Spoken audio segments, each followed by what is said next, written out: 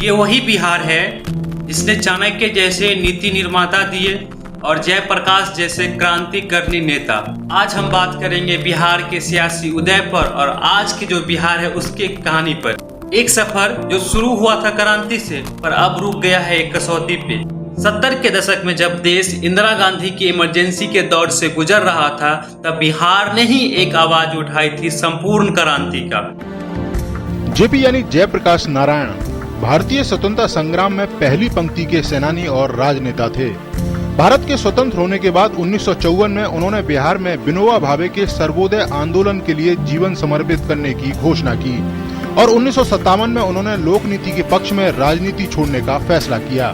जयप्रकाश नारायण ने छात्रों और युवाओं की एकता दी और बिहार से एक ऐसी आंदोलन की आग लगी जो पूरे देश में फैल गई थी। और इसी आंदोलन से निकले राजनीति के बड़े नाम जैसे लालू प्रसाद यादव, नीतीश कुमार, सुशील मोदी और अन्य नेता। घंटी कौन बजाएगा या कौन बजाएगा जब इंसानियत पर खतरा हो।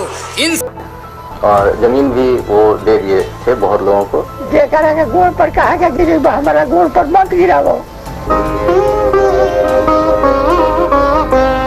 और तब बिहार राजनीति का पावर हाउस हुआ करता था जहां से देश के प्रधानमंत्री तक के कुर्सी के रास्ते निकलते थे। बिहार की आवाज दिल्ली तक गूंजती थी, लेकिन समय के साथ क्रांति की आग सियासत की आग बन गई।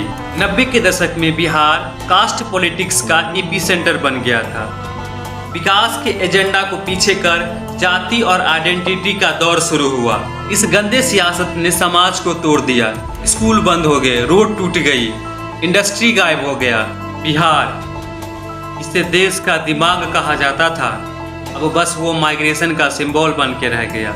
हर ट्रेन से हजारों लोग रोजी रोटी की तलाश में बिहार से बाहर जाने लगे। 21वीं सदी आते आते बिहार ने एक नई सोच पकड़ी। नीतीश कुमार के दौर में इंफ्रास्ट्रक्चर, बिजली, सरकारी स्कूल में बदलाव देखने लगा, लेकिन युवाओं की उम्मीद अब भी अधूरी है। रोजगार के मौके कम है, माइग्रेशन अब भी ज्यादा है।